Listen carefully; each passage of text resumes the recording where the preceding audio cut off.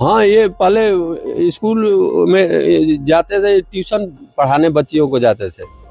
तो उसके बाद से इसका हस्बैंड कुछ दिन के बाद मर गया। ಉತ್ತರ ಪ್ರದೇಶ ರಾಜಧಾನಿ ಲಕ್ನೋದ ಸಲಾರ್ಗಂಜ್ 7 ಗ್ರೀನ್ ಸಿಟಿಯ ಅಯೋಧ್ಯೆ ರಸ್ತೆಯಲ್ಲಿದ್ದ ಮನೆಯೊಂದರಲ್ಲಿ ಡಿಸೆಂಬರ್ 7ರಂದು ರಾತ್ರಿ 11 ಗಂಟೆ ಟೈಮಲ್ಲಿ ಜೋರಾಗಿ ಚೀರಾಟದ ಸದ್ದು ಕೇಳಿ ಬರ್ತಿತ್ತು. ನನ್ನ ಬಿಟ್ಬಿಡು, ಅಮ್ಮ ಬೇಗ ಬಾ, ತಂಗಿ ನನ್ನ ಕಾಪಾಡು ಅಂತ ಜೋರಾಗಿ ಕೂಗಾಟ ಕೇಳಿ ಬರ್ತಿತ್ತು.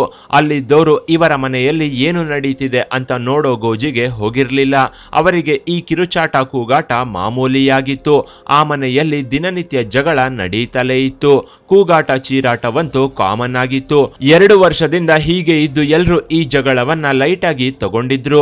ಆದ್ರೆ ಡಿಸೆಂಬರ್ 8ನೇ ತಾರೀಖು ಪೊಲೀಸರು ಅಲ್ಲಿಗೆ ಬರೋ ತನಕ ಅಲ್ಲಿ ಒಂದು ಕೊಲೆಯಾಗಿದೆ ಅನ್ನೋದು ಯಾರ ಊಹೆಗೂ ಬಂದಿರಲಿಲ್ಲ.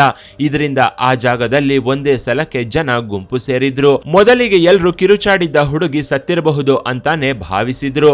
ಆದ್ರೆ ಅಲ್ಲಿ ಕೊಲೆಯಾಗಿದ್ದು ಹುಡುಗಿಯಲ್ಲ, ಬದಲಾಗಿ 33 ವರ್ಷದ ಸೂರ್ಯ ಪ್ರತಾಪ್ ಸಿಂಗ್ ಎಂಬಾತ ಬರ್ಬರವಾಗಿ ಕೊಲೆಯಾಗಿ ಹೋಗಿದ್ದ.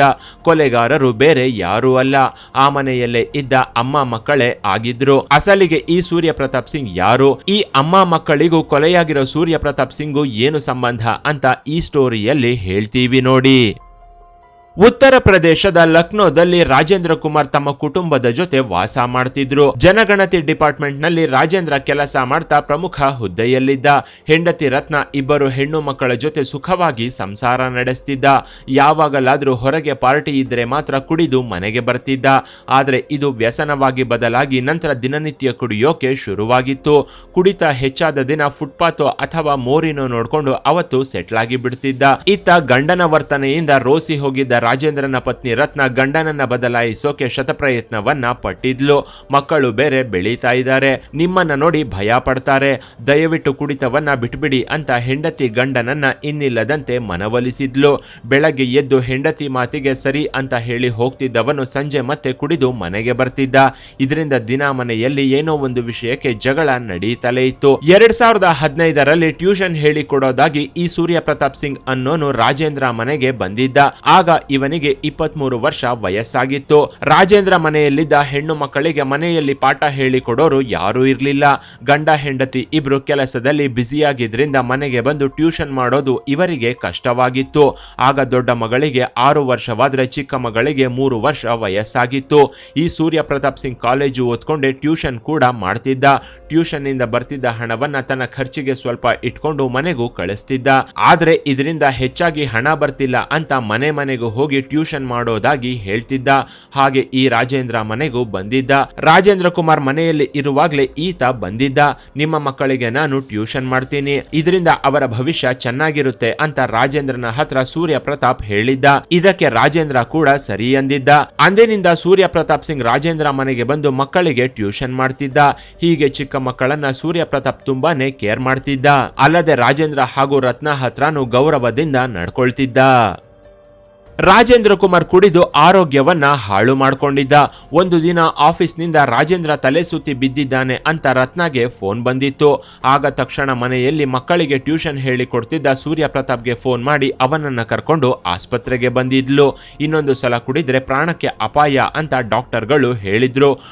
ಕುಡಿದು ಲಿವರ್ ಬೆಂಕಿಗೆ ಹಾಕಿದ ಪ್ಲಾಸ್ಟಿಕ್ ಕವರ್ನಂತೆ ಕರಗಿ ಹೋಗಿದೆ ಅಂತ ಡಾಕ್ಟರ್ಗಳು ಹೇಳಿದ್ರು. ಅಂದು ಸೂರ್ಯ ಪ್ರತಾಪ್ ಸಹಾಯದಿಂದ ರಾಜೇಂದ್ರನನ್ನ ರತ್ನ ಮನೆಗೆ ಕರ್ಕೊಂಡು ಬಂದಿದ್ಲು. ಆದ್ರೂ ರಾಜೇಂದ್ರ ಮಾತ್ರ ಕುಡಿಯೋದನ್ನ ನಿಲ್ಲಿಸದೆ ಗೊತ್ತಿರೋರು ಬಂಧುಗಳು ಅಂತ ಎಲ್ಲರ ಹತ್ರನೂ ಸಾಲ ಮಾಡಿದ್ದ. ಇದರಿಂದಲೇ ಇವರ ಸಂಬಂಧಿಕರು ಇವರನ್ನ ದೂರವಿಟ್ಟಿದ್ರು. ಕುಡಿತ ಬಿಡದೆ ಇದ್ದಿದ್ರಿಂದ ರಾಜೇಂದ್ರ ಆರೋಗ್ಯ ಹದಗೆಟ್ಟು ಮನೆಯ ಜವಾಬ್ದಾರಿ ರತ್ನ ಮೇಲೆ ಬಿದ್ದಿತ್ತು. ತನ್ನ ಹತ್ರ ಇದ್ದ ಚಿನ್ನವನ್ನೆಲ್ಲ ಅಡವಿಟ್ಟು ಗಂಡನನ್ನ ಆಸ್ಪತ್ರೆಗೆ ಸೇರಿಸಿ ಹಣವನ್ನ ಖರ್ಚು ಮಾಡಿದ್ಲು. ಆದ್ರೆ 2016ರಲ್ಲಿ ರಾಜೇಂದ್ರ ಕುಡಿದು ಗುಂಡೇಟಿಗೆ ಬಲಿಯಾಗಿ ಹೋಗಿದ್ದ. ದುರಂತ ಅಂದ್ರೆ ಅವತ್ತು ರತ್ನ ಇನ್ನೆಲ್ಲಿ ದುಡ್ಡು ಕೇಳ್ತಾಳೋ ಅಂತ ಇವಳ ಬಂಧುಗಳು ಸಹ ಅಂತ್ಯ ಸಂಸ್ಕಾರಕ್ಕೂ ಬಂದಿರಲಿಲ್ಲ.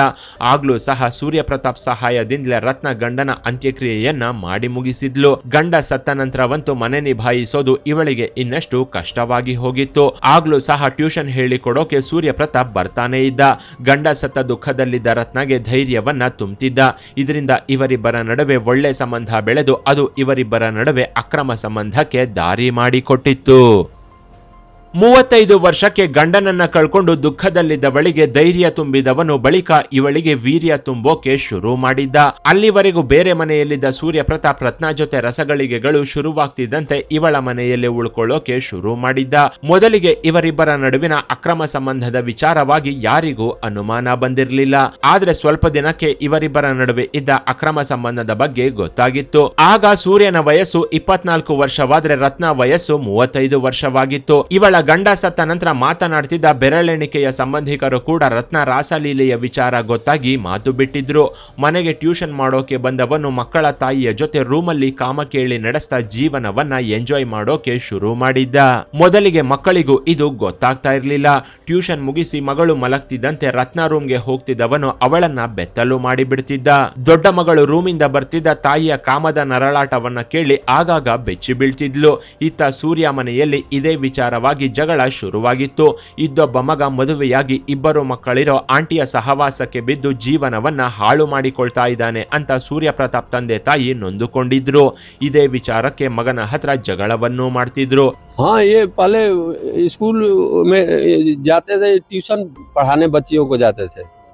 तो उसके बाद से इसका हस्बैंड कुछ दिन के बाद मर गया। अभी बच्चियाँ भैया भैया कह के रहने लगे कि भैया हमको गुजारा करा दो, कहाँ जाएंगे हम लोग। उसके बाद से ये रहने लगे तो भाई कहो चलो खाओ, ऐसा आराम करते थे. ಇದರಿಂದ ಮನೆಯವರ ಹತ್ರ ಜಗಳ ಮಾಡ್ಕೊಂಡು ರತ್ನ ಹತ್ರ ಇರೋದಕ್ಕೆ ಅಂತಾನೆ ಸೂರ್ಯ ಪ್ರತಾಪ್ ಬಂದಿದ್ದ. ಯಾರು ಏನೇ ಆದ್ರೂ ನಾನು ನಿನ್ನಿಂದ ದೂರ ಆಗೋದಿಲ್ಲ ಅಂತ ಸೂರ್ಯ ಪ್ರತಾಪ್ ರತ್ನ ಗುಂಗಲ್ಲಿ ಮುಳುಗಿ ಹೋಗಿದ್ದ. ರತ್ನ ಜೊತೆ ಇದ್ಕೊಂಡೆ ಇಂಜಿನಿಯರಿಂಗ್ ಮುಗಿಸಿದವನು ಎಕ್ಸಿಕ್ಯೂಟಿವ್ ಇಂಜಿನಿಯರ್ ಆಗಿ ಕೆಲಸವನ್ನು ಗಿಟ್ಟಿಸಿಕೊಂಡಿದ್ದ.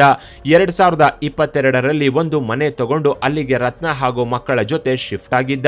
ಇಲ್ಲಿಂದ ಸೂರ್ಯ ಪ್ರತಾಪ್ ರತ್ನ ಮಕ್ಕಳಿಗೆ ಮಲತಂದೆಯಾಗಿ ಬದಲಾಗಿದ್ದ. ಮಕ್ಕಳು ಬೆಳೆದು ದೊಡ್ಡವರಾಗ್ತಿದ್ರು. ದೊಡ್ಡ ಮಗಳು 10ನೇ ಕ್ಲಾಸ್ಗೆ ಕಾಲಿಟ್ಟಿದ್ಲು. ಚಿಕ್ಕ ಮಗಳು 7ನೇ ಕ್ಲಾಸ್ ಅಲ್ಲಿ ಓದ್ತಿದ್ಲು. ಇಲ್ಲಿಂದಲೇ ಸೂರ್ಯ ಪ್ರತಾಪ್ ವರ್ತನೆ ಬದಲಾಗಿ ಹೋಗಿತ್ತು. ಅಲ್ಲಿವರೆಗೂ ರತ್ನ ಜೊತೆ ರಸವತ್ತಾದ ಗಳಿಗೆಗಳನ್ನ ಕಳೆದಿದ್ದವನು ದೊಡ್ಡ ಮಗಳ ಮೇಲೆ ಕಣ್ಣು ಹಾಕಿದ್ದ. ಆಕೆಯ ಖಾಸಗಿ ಅಂಗಾಂಗಗಳನ್ನು ಮುಟ್ತಾ ಆನಂದ ಪಡ್ತಿದ್ದ. ಆದ್ರೆ ಅಪ್ರಾಪ್ತ ವಯಸ್ಸಲ್ಲಿದ್ದ ಆ ಹುಡುಗಿ ಇವನ ಕೈಸ್ಪರ್ಶದ ಹಿಂದೆ ಇದ್ದ ಕಾಮವನ್ನ ಗ್ರಹಿಸಿದ್ಲು. ಆದ್ರೆ ಇದನ್ನ ತಾಯಿಯ ಹತ್ರ ಮಾತ್ರ ಹೇಳ್ಕೊಂಡಿರ್ಲಿಲ್ಲ. ಇವನು ಕೂಡ ಈ ವಿಚಾರ ರತ್ನಾಗೆ ಗೊತ್ತಾಗದಂತೆ ಎಚ್ಚರ ವಹಿಸಿದ್ದ. ದೊಡ್ಡ ಮಗಳ ಜೊತೆ ಕೆಟ್ಟದಾಗಿ ವರ್ತಿಸೋಕೆ ಶುರು ಮಾಡಿದ್ರಿಂದ ದೊಡ್ಡ ಮಗಳು ಸೂರ್ಯ ಪ್ರತಾಪ್ನ ನೋಡಿದ್ರೆ ಸಾಕು ಹೆದರಿಕೊಳ್ತಿದ್ಲು. ತನ್ನ ತಂಗಿಯನ್ನು ಸಹ ಇವನಿಂದ ದೂರ ಇರುವಂತೆ ಎಚ್ಚರಿಸ್ತಿದ್ಲು. ದೊಡ್ಡ ಮಗಳು 10ನೇ ಕ್ಲಾಸ್ ಮುಗಿಸ್ತಿದ್ದಂತೆ PUCಗೆ ಸೇರ್ಬೇಕು ಅಂತ ಅನ್ಕೊಂಡಿದ್ಲು. ಆದ್ರೆ ಇದಕ್ಕೆ ಸೂರ್ಯ ಪ್ರತಾಪ್ ಅಡ್ಡಿಯಾಗಿದ್ದ. ಅವಳು ಕಾಲೇಜಿಗೆ ಹೋದ್ರೆ ಯಾರನ್ನಾದ್ರೂ ಲವ್ ಮಾಡಿ ಓಡಿ ಹೋಗ್ತಾಳೆ ಅಂತ ರತ್ನ ತಲೆಗೆ ತುಂಬಿದ್ದ. ಯಾಕಂದ್ರೆ ಅವಳು ತನ್ನಿಂದ ದೂರವಾಗ್ತಾಳೆ ಅನ್ನೋ ಕಾರಣಕ್ಕೆ ಇವನು ಈ ಐಡಿಯಾವನ್ನ ಹಾಕಿದ್ದ. ಹೊರಗೆ ಕಳಿಸಿದ್ರೆ ಮಗಳು ಹಾಳಾಗ್ತಾಳೆ ಅಂತ ರತ್ನಾಗೆ ಹೇಳಿದ್ದ. ನಾನು ಏನೇ ಮಾಡಿದ್ರು ಅದು ನಮ್ಮ ಫ್ಯಾಮಿಲಿಗಾಗಿ ಅಂತ ಬೇರೆ ಎಮೋಷನಲ್ ಆಗಿ ಬ್ಲಾಕ್ ಮೇಲ್ ಮಾಡ್ತಿದ್ದ. ತನ್ನ ಗಂಡ ಬದುಕಿದ್ರು ಇಷ್ಟು ಚೆನ್ನಾಗಿ ಮಕ್ಕಳನ್ನ ನೋಡ್ಕೊಳ್ತಾ ಇರ್ಲಿಲ್ಲ ಅಂತ ರತ್ನ ಸಹ ಇವನ ಮಾತಿಗೆ ತಲೆ ಆಡಿಸ್ತಿದ್ಲು. ಆದ್ರೆ ಸೂರ್ಯನ ಒಳಗಿದ್ದ ರಾಕ್ಷಸತ್ವ ಮಾತ್ರ ಇವಳಿಗೆ ಗೊತ್ತಿರಲಿಲ್ಲ. ಇನ್ನು ಮುಂದುವರೆದು ಮನೆಗೆ CCTVಯನ್ನು ಹಾಕಿಸಿದ್ದ.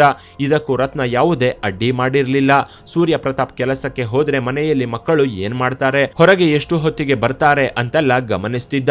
ಮನೆಗೆ ಬರ್ತಿದ್ದಂತೆ ನೀವು ಯಾಕೆ ಅಷ್ಟು ಹೊತ್ತು ಹೊರಗೆ ಹೋಗಿದ್ರಿ ಅಂತ ಮಕ್ಕಳ ಹತ್ರ ಜಗಳ ಮಾಡ್ತಿದ್ದ. ಹೀಗೆ ಪ್ರತಿದಿನವೂ ಈ ಕೂಗಾಟ ಚೀರಾಟ ಕೇಳಿ ಬರ್ತಿತ್ತು. ಇದರಿಂದ ಅಕ್ಕಪಕ್ಕದ ಮನೆಯವರಿಗೆ ಇದು ಮಾಮೂಲಿಯಾಗಿ ಹೋಗಿತ್ತು.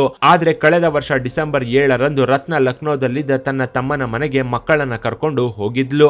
ಅಲ್ಲಿ ದೊಡ್ಡ ಮಗಳು ತನ್ನ ಮಾವನ ಮಗನ ಜೊತೆ ಫೋಟೋಗಳನ್ನ ತಗೊಂಡಿದ್ಲು. ಮನೆಗೆ ಬಂದ ತಕ್ಷಣ ಇವಳ ಫೋನ್ನಲ್ಲಿದ್ದ ಫೋಟೋಗಳನ್ನ ನೋಡಿ ಸೂರ್ಯ ಪ್ರತಾಪ್ ಉರಿದು ಬಿದ್ದಿದ್ದ. ನನಗೆ ಹೇಳದೆ ಎಲ್ಲಿಗೆ ಹೋಗಿದ್ರಿ, ಆ ಫೋನ್ನಲ್ಲಿರೋ ಹುಡುಗ ಯಾರು, ನಿನ್ನ ಬಾಯ್ ಫ್ರೆಂಡಾ ಅಂತೆಲ್ಲ ಸೂರ್ಯ ಪ್ರತಾಪ್ ಕೇಳಿದ್ದ. ಅಲ್ಲದೆ ದೊಡ್ಡ ಮಗಳ ಮೇಲೆ ಹಲ್ಲೆ ಮಾಡೋಕೆ ಮುಂದಾಗಿದ್ದ. ಹೀಗೆ ಹಲ್ಲೆ ಮಾಡ್ತಾ ರೂಮ್ ಒಳಗೆ ಎಳ್ಕೊಂಡು ಹೋಗಿ ಡೋರ್ನ ಲಾಕ್ ಮಾಡಿದ್ದ. ದೊಡ್ಡ ಮಗಳನ್ನ ರೂಮ್ಗೆ ಎಳ್ಕೊಂಡು ಹೋದವನು ಬಾಗಿಲು ಹಾಕಿ ಒಳಗೆ ಆಕೆಯ ಅಂಗಾಂಗವನ್ನ ಮುಟ್ತಾ ಅಸಭ್ಯವಾಗಿ ವರ್ತಿಸೋಕೆ ಶುರು ಮಾಡಿದ. ರತ್ನ ಕೂಡ ಅಲ್ಲೇ ಇದ್ರು ಅದನ್ನ ತಡೆಯೋಕೆ ಮುಂದಾಗಿರ್ಲಿಲ್ಲ. ರೂಮ್ ಒಳಗಿನಿಂದ ಮಗಳು ಕೂಗಾಡ್ತಾ ಇದ್ರೆ ರತ್ನ ಹೊರಗಿನಿಂದ ಬಾಗಿಲು ತೆಗೆಯುವಂತೆ ಸೂರ್ಯನಿಗೆ ಹೇಳ್ತಿದ್ಲು. ಮಗಳು ಕಿರುಚಾಡಿದಂತೆಲ್ಲ ಮತ್ತಷ್ಟು ಹಿಂಸೆ ಕೊಡೋಕೆ ಇವನು ಶುರು ಮಾಡಿದ್ದ. ಇದರಿಂದ ಏನೋ ನಡೆಯಬಾರದ್ದು ನಡೆಯುತ್ತೆ ಅಂತ ಊಹಿಸಿದ ರತ್ನ ತಕ್ಷಣ ಬಾಗಿಲನ್ನ ಹೊಡೆಯೋಕೆ ಶುರು ಮಾಡಿದ್ಲು. ಇದಕ್ಕೆ ಚಿಕ್ಕ ಮಗಳು ಕೂಡ ಸಹಾಯ ಮಾಡಿದ್ಲು. ಹೀಗೆ ಹರಸಾಹಸ ಪಟ್ಟು ಅಮ್ಮ ಮಗಳು ಸೇರ್ಕೊಂಡು ಬಾಗಿಲನ್ನ ಹೊಡಿತಿದ್ದಾಗಲೇ ಸೂರ್ಯ ಬಾಗಿಲು ತೆಗೆದು ಇನ್ನೊಂದು ಸಲ ಫೋನ್ ಮುಟ್ಬಾರ್ದು ಅಂತ ಹೇಳಿ ಹೊರಗೆ ಬಂದಿದ್ದ. ಆಕೆ ಬಳಸಿದ್ದ ಫೋನ್ನ ಹೊಡೆದು ಹಾಕಿದ್ದ. ಇನ್ನೊಂದು ರೂಮ್ಗೆ ಹೋಗಿ ಮಲಗಿದ್ದ. ಸಮಯ ರಾತ್ರಿ 12 ಗಂಟೆ ದಾಟಿತ್ತು. ಈ ಕಿರುಚಾಟ ಕೂಗಾಟ ಎಲ್ಲವೂ ನಿಂತು ಹೋಗಿತ್ತು. ಇದರಿಂದ ಸ್ಥಳೀಯರು ಕೂಡ ಇವರ ಬಗ್ಗೆ ಹೆಚ್ಚಾಗಿ ತಲೆ ಕೆಡಿಸಿಕೊಂಡಿರಲಿಲ್ಲ. ಆದರೆ ದೊಡ್ಡ ಮಗಳು ತನ್ನ ತಾಯಿ ಹತ್ರ ಅಂದು ಪ್ರತಿಯೊಂದು ವಿಚಾರವನ್ನು ವಿವರವಾಗಿ ಹೇಳಿದ್ಲು. ಸೂರ್ಯ ಪ್ರತಾಪ್ ತನ್ನ ಜೊತೆ ಹೇಗೆ ವರ್ತಿಸ್ತಾನೆ, ಎಲ್ಲೆಲ್ಲಿ ಕೈ ಹಾಕಿ ಮುಟ್ತಾನೆ ಅಂತೆಲ್ಲ ಎಳೆಯಾಗಿ ಬಿಚ್ಚಿಟ್ಟಿದ್ಲು. ಇದನ್ನ ಕೇಳಿ ರತ್ನಗೆ ಆಶ್ಚರ್ಯದ ಜೊತೆಗೆ ಕೋಪವು ಉಕ್ಕಿ ಬಂದಿತ್ತು. ಇವನನ್ನ ಒಳ್ಳೆಯವನು ಅಂತ ನಂಬಿದ್ದೆ, ಜೀವನವೇ ಇವನು ಅಂತ ಅನ್ಕೊಂಡಿದ್ದೆ. ಆದ್ರೆ ನನ್ನ ಮಗಳ ಮೇಲೇನೆ ಇವನು ಕಣ್ಣು ಹಾಕಿದ್ನ ಅಂತ ರತ್ನ ಅದೇ ಕೋಪದಲ್ಲಿ ಸೂರ್ಯ ಪ್ರತಾಪ್ ಕೊಲೆಗೆ ಮುಂದಾಗಿದ್ಲು. ಇವನು ಬದುಕಿದ್ರೆ ನನ್ನ ಮಕ್ಕಳಿಗೆ ಯಾವತ್ತಿದ್ರೂ ತೊಂದರೆ ತಪ್ಪಿದ್ದಲ್ಲ ಅಂತ ಅಡುಗೆ ಮನೆಗೆ ಹೋಗಿ ಚಾಕುವನ್ನ ತಂದವಳು ಸೂರ್ಯ ಇದ್ದ ರೂಮ್ಗೆ ಹೋಗಿದ್ಲು. ದೊಡ್ಡ ಮಗಳು ಇವನ ಕೈಯನ್ನ ಹಿಡ್ಕೊಂಡ್ರೆ ಚಿಕ್ಕ ಮಗಳು ಇವನ ಕಾಲಿನ ಮೇಲೆ ಕೂತಿದ್ಲು. ಏನು ನಡೀತಿದೆ ಅಂತ ಇವನ ಅರಿವಿಗೆ ಬರೋಕು ಮುನ್ನವೇ ರತ್ನ ಸೂರ್ಯಕುಮಾರ್ ಎದೆಗೆ ಮನಸ್ಸೋ ಇಚ್ಛೆ ಚುಚ್ಚಿಬಿಟ್ಟಿದ್ಲು. ಹೀಗೆ ಪ್ರಾಣ ಹೋಗುವ ತನಕ ರತ್ನ ಚುಚ್ಚಿ ಸಾಯಿಸಿದ್ಲು. ಇದರಿಂದ ಸೂರ್ಯ ಪ್ರತಾಪ್ ಸಿಂಗ್ ಮಲಗಿದ್ದವನು ಮಲಗಿದ್ದಲ್ಲೇ ಮಸಣ ಸೇರಿದ್ದ. ರತ್ನ ಹಾಗೂ ಇಬ್ಬರು ಹೆಣ್ಣು ಮಕ್ಕಳ ಬಟ್ಟೆ ಪೂರ್ತಿ ರಕ್ತಸಿಕ್ತವಾಗಿ ಹೋಗಿತ್ತು. ನೆಲದ ಮೇಲೆ ರಕ್ತದ ಕೋಡಿ ಹರಿಯೋಕೆ ಶುರುವಾಗಿತ್ತು. ಆದರೂ ಧೈರ್ಯಗೆಡದೆ ಮಕ್ಕಳಿಗೆ ಸ್ನಾನ ಮಾಡಿ ಬಟ್ಟೆ ಬದಲಾಯಿಸುವಂತೆ ಹೇಳಿದ ರತ್ನ ಅವರಿಗೆ ಸಮಾಧಾನ ಮಾಡಿದ್ಲು.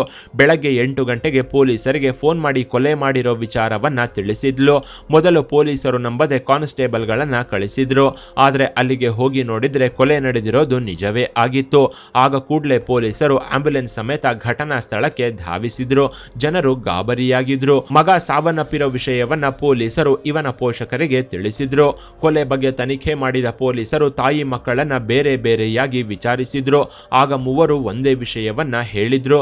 ದೊಡ್ಡ ಮಗಳಿಗೆ ಲೈಂಗಿಕ ಕಿರುಕುಳ ಕೊಡ್ತಿದ್ದ, ಓದೋಕೆ ಮನೆಯಿಂದ ಹೊರಗೆ ಹೋಗದಂತೆ ಮಾಡಿ ಹಿಂಸೆ ಕೊಡ್ತಿದ್ದ. ಇದರಿಂದ ಕೊಲೆ ಮಾಡಿ ತಮ್ಮ ಮಕ್ಕಳನ್ನ ಕಾಪಾಡಿಕೊಳ್ಬೇಕಾಯ್ತು ಅಂತ ರತ್ನ ಹೇಳಿದ್ಲು. ಮಕ್ಕಳಿಬ್ರು ಕೂಡ ಇದನ್ನೇ ಹೇಳಿದ್ರು. ಇದೇ ಘಟನೆಯನ್ನ ಸೂರ್ಯ ತಂದೆ ತಾಯಿಗೆ ಪೊಲೀಸರು ವಿವರಿಸಿ ಹೇಳಿದ್ರು. ಆದ್ರೆ ಅವರು ಪೊಲೀಸರ ಮಾತನ್ನ ನಂಬಿರ್ಲಿಲ್ಲ. ಅವರು ಕಟ್ಟುಕತೆಯನ್ನ ಹೇಳ್ತಿದ್ದಾರೆ ಅಂತ ಸೂರ್ಯ ಪ್ರತಾಪ್ ಪೋಷಕರು ವಾದಿಸಿದ್ರು. ಅಲ್ಲದೆ ಪೊಲೀಸರು ಕೂಡ ಕೊಲೆಗಾರರಿಗೆ ಸಹಾಯ ಮಾಡ್ತಾ ಇದ್ದಾರೆ ಅಂತ ಮೀಡಿಯಾಗಳ ಮುಂದೆ ಬಂದಿದ್ರು. ಇಲ್ಲಿ ಪೊಲೀಸರು ಕೊಲೆಯಾದ ಸೂರ್ಯ ಪ್ರತಾಪ್ ಮೊದಲಿಗೆ ಒಳ್ಳೆಯವನಂತಿದ್ರು, ದೊಡ್ಡ ಮಗಳ ಜೊತೆ ಕಾಮಾಂಧನಾಗಿ ವರ್ತಿಸ್ತಿದ್ದ, ಹೀಗಾಗಿ ಅವರು ಕೊಲೆ ಮಾಡಿದ್ದಾರೆ ಅಂತ ತಿಳಿ ಹೇಳಿದ್ರು. ಆದ್ರೂ ಇದನ್ನ ನಂಬದ ಇವನ ಪೋಷಕರು ಇದನ್ನ ಇಲ್ಲಿಗೆ ಬಿಡೋದಿಲ್ಲ ಅಂತ ಕಾನೂನು ಹೋರಾಟವನ್ನ ಮಾಡ್ತಾ ಇದ್ದಾರೆ. ಪೊಲೀಸರು ಸಹ ಈ ಕೇಸ್ನ ಇನ್ನೊಂದು ಆಂಗಲ್ ನಿಂದ ತನಿಖೆ ನಡೆಸುತ್ತಿದ್ದು, ಇವರು ಮಾಡಿದ್ದು ಸರಿನೋ ತಪ್ಪೋ ಅಂತ ನಿಮ್ಮ ಅಭಿಪ್ರಾಯವನ್ನ ಕಾಮೆಂಟ್ ಮಾಡಿ. ಕೆಳಗಿನ ಡಿಸ್ಕ್ರಿಪ್ಷನ್ ಬಾಕ್ಸ್ ನಲ್ಲಿ ವಾಟ್ಸ್ಆಪ್ ಚಾನೆಲ್ನ ಲಿಂಕ್ ಕೊಡಲಾಗಿದ್ದು ಅದನ್ನು ಸಹ ಫಾಲೋ ಮಾಡಿ. ಇನ್ನಷ್ಟು ಇಂಟ್ರೆಸ್ಟಿಂಗ್ ವಿಡಿಯೋಗಳಿಗಾಗಿ ಚಾನೆಲ್ನ ವಿಸಿಟ್ ಮಾಡಿ.